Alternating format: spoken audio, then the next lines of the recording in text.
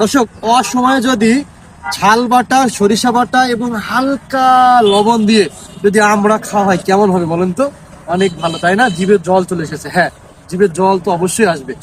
এখন দেখাচ্ছি 12 মাসি আমড়ার চারা, যেটা কিন্তু আপনারা অসময়েও কিন্তু আমরা পেয়ে যাবেন।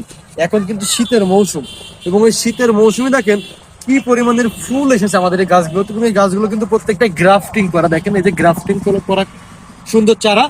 এগুলো কিন্তু 12 মাস ফল দিবে, এগুলো কিন্তু 12 মাসই থাই আমলা। তো আপনারা যারা 12 মাসই থাই আমলা খেতে চান, তারা কিন্তু আপনারা আপনার ছাদ বাগানে একটি 12 মাসি আমড়া গাছ রোপণ করে যদি থাকেন, তাহলে কিন্তু 12 মাস এখান থেকে আপনারা আমড়া সংগ্রহ করতে পারবেন এবং লবণ দিয়ে খাবেন, অনেক ভালো লাগবে। এবং যেহেতু আমড়াতে ভিটামিন সি আছে প্রচুর পরিমাণে, সেহেতু কিন্তু বেশি বেশি আমড়া খাবেন, তাহলে আপনার শরীরে রোগ প্রতিরোধ ক্ষমতা বৃদ্ধি পাবে। এবং 12 মাসি আমড়া ফল যদি খেতে চান, তাহলে অবশ্যই কিন্তু এই ধরনের একটি গাছ রোপণ করেন, কারণ এই গাছগুলো দেখতে পাচ্ছেন ফুল এসেছে। এখন যদি এগুলো মাটিতে রোপণ করা হয়, তাহলে কিন্তু খুব অল্প সময়ের ভিতরে ফলে পরিণত হবে।